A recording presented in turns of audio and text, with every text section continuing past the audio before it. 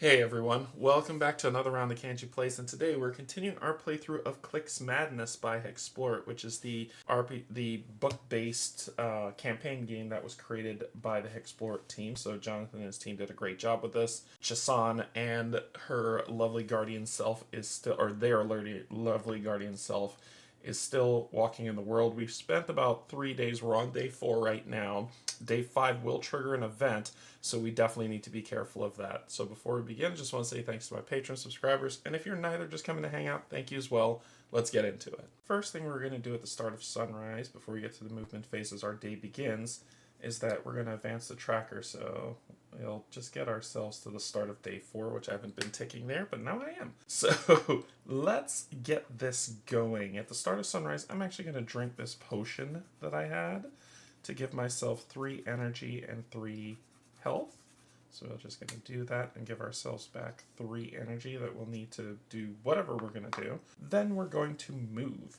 So I'm going to move cautiously. So I'm going to move 1, 2, moving cautiously, which means I can move up to 3. Or actually moving cautiously not along a road is only 1 hex, and we need to move more than that. So I'm actually going to move normally and just move 1, 2, losing 1 card. You know, it is 1 card per hex. So we'll flip that over and lose that awesomeness that we love so much. Then we need to do our test to see how we're going to do. Remember, we're going to roll these twice and determine the outcome of those. Alright, let's roll them up, see how we do today. We are going to get a 2, which we're going to hang on to, a 10 and a 10, which is horrible, but remember we get to re-roll, so we're just going to do a nice little re-roll here. Alright, we're going to consume food, we're going to wander, but we're going to keep the 2 for finding 1 gold, and then we'll find out where we'll wander to. We'll wander to 3. Awesome. So on our wander, we wandered 3, so this would be 1, 2, 3, so we're wandering down 1. I might as well just have moved cautiously. And then we're going to, because we succeeded on this roll, we're going to get 9 gold, and finally we are going to consume 2 lovely, lovely food, taking us from 8 to 6. There we go. Alright, then we have to deal with our circumstance. So we are elsewhere, and we need to deal with our circumstance. Let's go ahead and roll on the circumstance table for being wherever we are. We rolled a 2. Let's see what a 2 does. A 2. Your feet are grateful. You've discovered an easy path through the normal rough terrain. Each hero heals 1 health or 2 energy, their choice. 2 energy, please. So we're going to heal our 2 energy by making it up to a 5 now. That ends the circumstance phase. On the villain phase, we're going to take 2 energy damage for those being there, going back down to 3, so healing that just to lose it. Fantastic. Now at the end of the day, because we're in day 4 and things are starting to heat up, let's end that day. And we're moving on to day 5. And day 5 is going to start triggering some stuff, so let's deal with what happens on day 5. You find a slightly trod path through the wilderness, adding a welcome sense of tranquility to your travels. After some time enjoying the momentary peacefulness of the area, you spy a lone figure approaching, walking the same path in the opposite direction. It appears to be a frail old man shuffling slowly along and leaning heavily on a wooden cane topped with crystals. He notices your group as you near, and he smiles. "Ah, fellow travelers, might your ear spare a moment for an old man's voice?" He laughs feebly and looks around. "I seem to have gotten myself lost. It is a bit surprising to see a lone wanderer out here during these increasingly dangerous times, especially a man as seemingly frail as this. If you spare a moment to help the old man, read 1053. If you decline to assist him and continue on your way, read 1043. We're gonna spare a moment and help the old man. I'm such a softie." You stop on the footpath and ask the old man how you can help. "Oh, splendid, thank you. You see, I'm on a pilgrimage of sorts. I am the elder of Hearthforge, a village far from here." He gestures absent-mindedly with his cane in a northward or westward direction, jabbing it in the air and almost smacking one of you. "And ashamedly, until now, I have never left my village. I was struck with my own sense of mortality not long ago and realized that if I am to pass from this world soon, I should look to see some more of it. That is why I am on a pilgrimage. I'm to visit all of the shrines in the valley, retracing the steps of the paragons themselves. You study the old man with skeptical eyes. It looks like he'd struggle to make it to his villages well, let alone the 4 shrines that make up the Paragon's route. I've had a lovely trip so far. Always plenty of bushes and berries along the way, and even though I was warned of dangerous creatures out in the land, none have bothered to accost me, which is good for them, I say. He cackles at his imagined fighting skill, again whipping his cane obliviously forward, this time cracking you on the head. Roll target dice. One hero suffers 2 non-lethal health damage. So it's just going to be me. I'll take 2 non-lethal health damage. Alright, so I go from 8 to 6. That is the first damage I've taken this entire game. Thanks, old man. The first damage I took was from an old man. Yeah, that's telling. Oh, I'm so sorry. But now you see that I have everything under control. That is, I thought I did until I lost the way to the Shrine of the Night. First stop on my journey. You wouldn't happen to be able to point me in the right direction, would you? If you give the old man directions to the Shrine of the Night, read 10008. Despite his lethality with the cane, if you doubt the old man's ability to reach the shrine safely and volunteer to escort him there yourself, read 1123. If you'd rather not get involved in this decision-making skills of an eccentric old man in the woods, read 1043. I want to... I'm such a softie. Should I help him get there? It's on the other side of the map. Point him in the direction and hope he lives? Maybe? Yeah, we're gonna say... I know not taking him. If I took him myself, it would be cool. But I'm gonna point him in the direction... Oh my god. I don't know. Let me think. I'll help him, because I'm weak. Despite his lethality with the cane, if you doubt the old man's ability to reach the shrine safely, and I'll escort him there yourself. Read 1123. God, I'm gonna kill this old man, I know it. The old man's eyes light up as you mention your willingness to travel with him to the Shrine of the Night. You would do that for me? Paragons be praised! Thank you! My name is Tiama. And it's nice to meet you all, traders. He turns to the victim of his cane strike. Oh, and I'm awfully sorry about earlier. Here, let me help fix that goose egg for you. He raises his cane toward you and despite your hesitation, taps you on the head. To your surprise, you feel much better. All heroes heal to full vitals. All conditions and levels of starvation are negated. Tiama becomes an escort. He raises a target's health or energy, your choice, equal to his first mastery rank each combat round. You may interact with Tiama while he is an escort. If Tiama dies while he is an escort, read 1012. If you escort Tiama to the Shrine of the Night, read 1065. Alright. Tiama, as we see here, is going to have 14 health and 5 energy. So let's go ahead and add him to our export. We're going to use him down here and say he's got 14 health, 5 energy. We're going to call him Tiama, and we need to escort Tiama. So we'll write that on the sheet, and that's what we'll deal with when we're here. So that is the start of the sunrise phase of day 5 that occurred. A couple other things are going to change. And I changed this just for this playthrough because I figured it felt more thematic, that from day 1 and through 4, you're just dealing with these 2.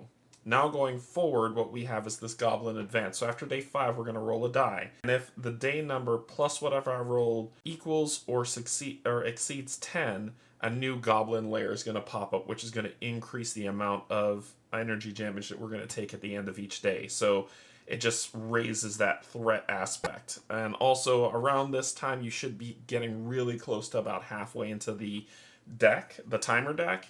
So it kind of matches really well from a thematic perspective. That's why I went with this. However, as rules is written, or how this scenario is supposed to be, is that every single day from day 1, you're supposed to take that energy damage.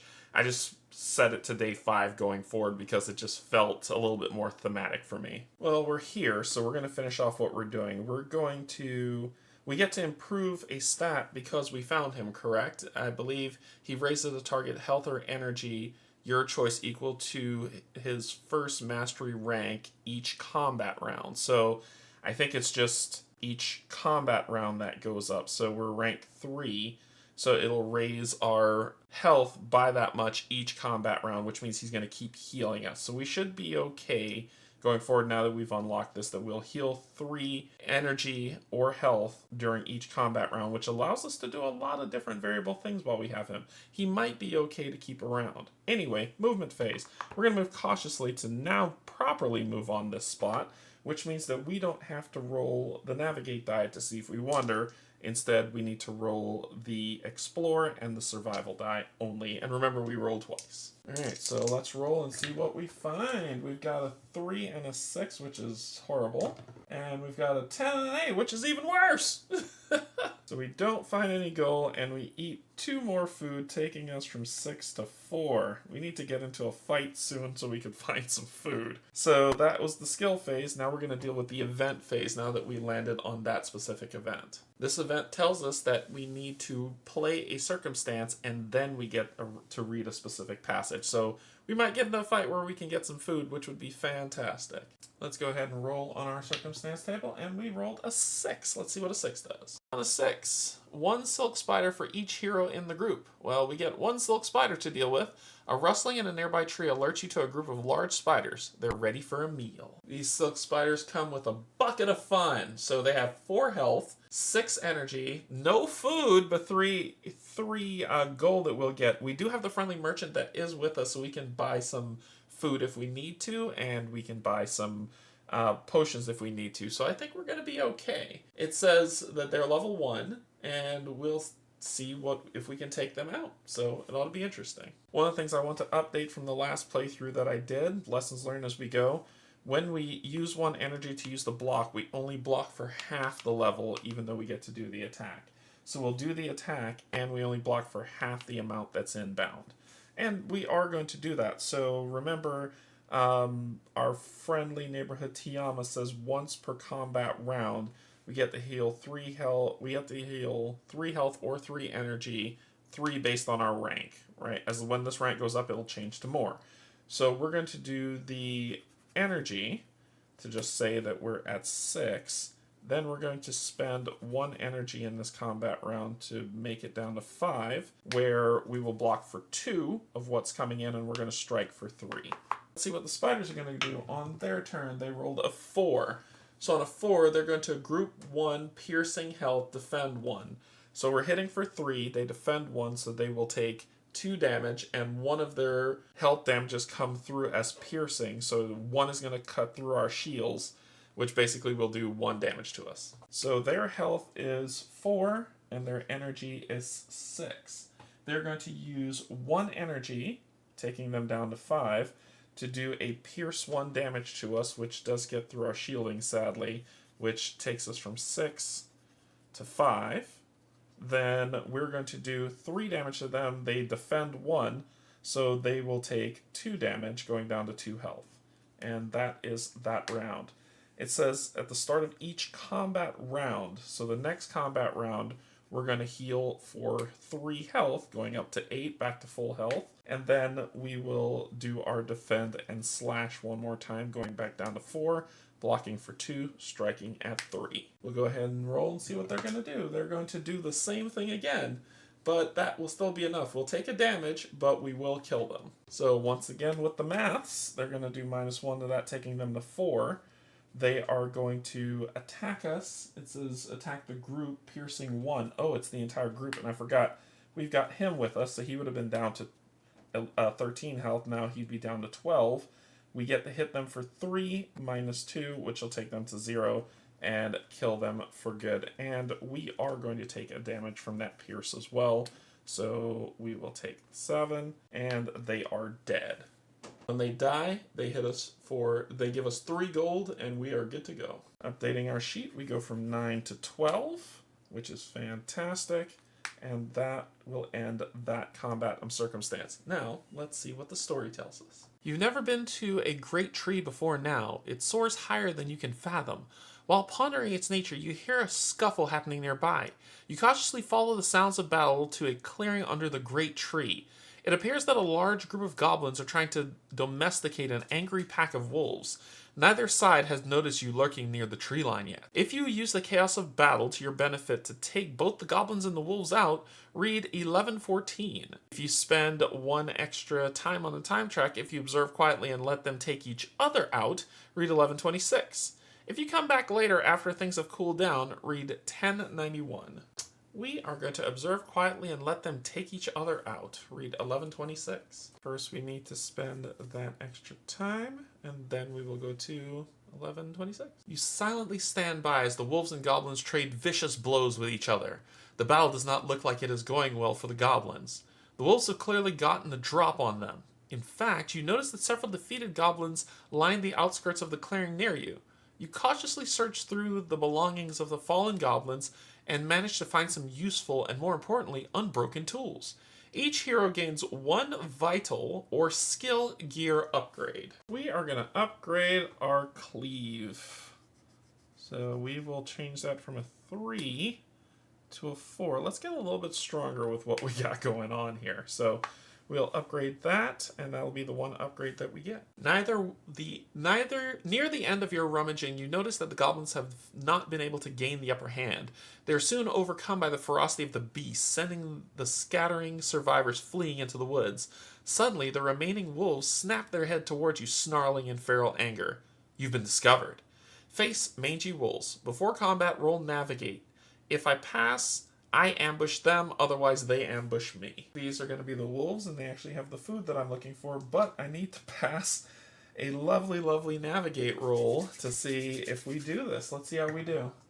We passed! We got a 4! We needed a 4. Woo! We ambushed them, so we get to attack them first before they attack us. Oh, fantastic. So ambush means before combat begins, so I don't get the lovely buffs of Tiama yet, but we will deal with what's there. So let's go ahead and clear out these dead spiders, because they are no longer used to us. The wolves have 8 health and 8 energy. Well, I'm going to cleave them for 4 just out the gate, so they will be down to 4 health. They can't do anything about it. We just get to attack them first, because that's fun. Then we start combat, and at the start of combat, remember, Tiama is going to give us, we're going to take that 3 energy, going to 7, and then we are going to spend 1 energy, so spending 1 energy going to 6, and we're going to block for 2 and cleave for 4 to see if we can take them right out. We also need to find out what our wolves are going to do. We're going to roll, they got a hex, and their hex says, single target health, roll a hex die, damage this die cannot explode. So basically they're going to do 1 damage, which we block. Yes! And we take them out, gaining 1 food and 4 gold. That was an amazing fight. So we took them out. We gained 1 food, going up to 5, and 4 gold, going up to 16 gold, which we are going to be using at that friendly merchant, which we forgot to do when we started our last round, but we will not forget what's coming up next. However, this deals with, remember we did this, we're still in the event phase of day 5, which is so funny. If you vanquish them, read 1050, which is what we're going to read, because we vanquished the heck out of them. Your search is brief. One of you spies a lifeless goblin clutching a small wooden box which rattles when you pick it up. Inside the box are 2 interesting items. The first is a wide signet ring inscribed with flowing elven script and adorned with a gleaming green gem. This is clearly the ring declared lost by the Baron. The second curious item is the bloodied goblin finger that the ring is attached to. You take a careful look at the previous bearer of the box, and unsurprisingly find him to be 1 finger short. You can only imagine the argument this goblin must have won in order to carry this special ring. You discard the box, leaving the finger inside, and clean off the ring before deciding whom among you gets to keep it. Still, you can't help but find it strange that a marauding band of goblins would raid the Baron's estate for simple relics such as this, bypassing so much gold and other riches. On the other hand, that is for the Baron to worry about, not you. Gain the Elven Signet Ring, remove this quest token, this event is now complete. This Elven Signet Ring does show us that this hefty ring bears the symbol of an ancient elven house. It gives us +1 to our first mastery just straight out the gate, so we will level that up even though it's blocked. Where it would be 1, it now turns to a magical 2. Yay! We reblock it because it has not been unlocked yet. That ends the circumstance. Then we deal with the event. So at the beginning, there are 2 there. So we lose 2 energy going down to 4. Then we need to roll and see if we're going to, whatever we roll plus this number will pop up a new one of these layers. Let's roll our core die and see what we have. We rolled a 9. Yep, that's going to do it. That is going to pop up Goblin Lair. Now the rules tell us to place it to the closest possible one, and the closest one is here. So now we would take 3 unless we go clear that Goblin Lair that's there, which I think we're gonna do, but that is gonna end the day. So we're gonna flip this to the side, and that will be the end of day 5. We're going on to day 6. Getting really close. That's a lot of days gone by where we haven't done much. And this quest token will be removed. So we'll ditch that out, take that away, and that's where we'll go.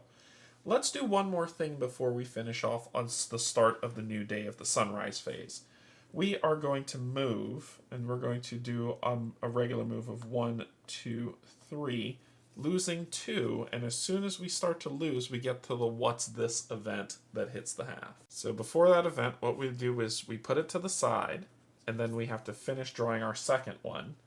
Then at the end of this movement phase, we will read what's coming up, but we will land on this goblin lair and see what's going on. So we still need to do that. Will end the movement phase, which means at the end of it says at the end of the next movement phase when it comes up. So I'll wait until this one, and at the end of the next one we'll start with what's there. However, we still need to roll our 3 dice twice to see what's gonna become of us. All right, let's roll. We got 2 rolls for these. We've got no passes. Let's see if we get some more. I don't want to wander. I'm going to wander, but we're going to hex with food, which means we're not going to eat any food, we don't find any gold, and we're going to wander. So let's see where we wander to. We wander to hex, which means we're going to wander to the shrine. All right, so hex takes us up to the shrine, where we don't have to deal with a circumstance, we deal with a shrine event. Now that we've hit the shrine, let's see what happens. A couple things happen here. So we wandered north. It would be a shrine that we're going to deal with. And now we have to deal, because there's a couple things that happens in this location. If you hit the Shrine of Seasons, and I think this is the Shrine of Seasons, not the Shrine of Nights. I believe the Shrine of Nights is over here. I think the Shrine of Nights is over here. Let me double check. Yes, this is the Shrine of Seasons.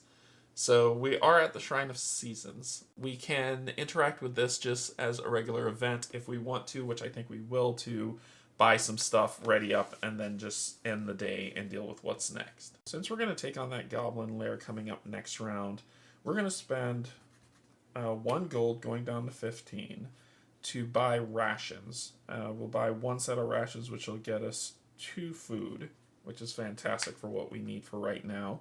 We're going to spend 2 gold going down to 13 to buy a mystic tonic, which will give us 6 health and 6 energy. Sorry, heal 6 energy and negate all conditions. So we'll do the Mystic Tonic here to build that out.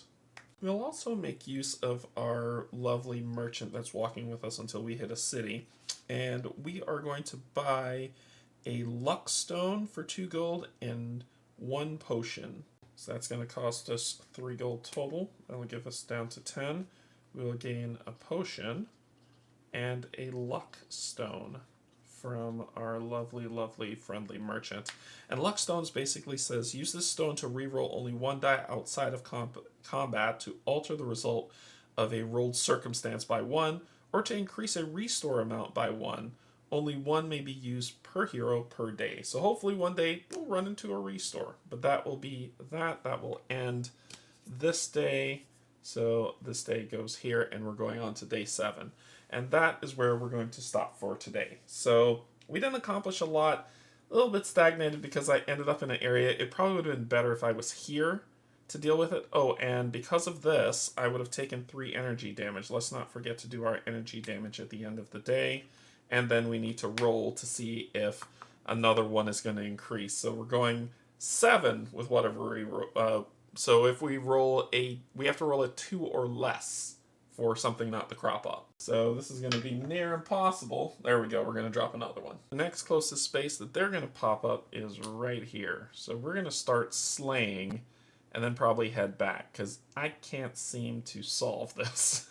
I'm not doing well. Time is running super low and I haven't accomplished much in my play. We're going to fight this, potentially this, and then go back there and end. And that's going to be our goal. I would love to get here or see what this is. I'd love to take the old man there, and if we have time, maybe I might, or if I find something that lets me teleport, maybe I might. But that's kind of going to be my goal going forward. So next playthrough, we're going to fight, this, maybe fight, and then run back here and end what we have. And that's the best that we've got, because I don't think we're doing super well right now. So that's going to be all for this playthrough. Thanks everybody for joining. Thank you to my Patreon subscribers. Until next time, I love you. There's absolutely nothing you can do about it.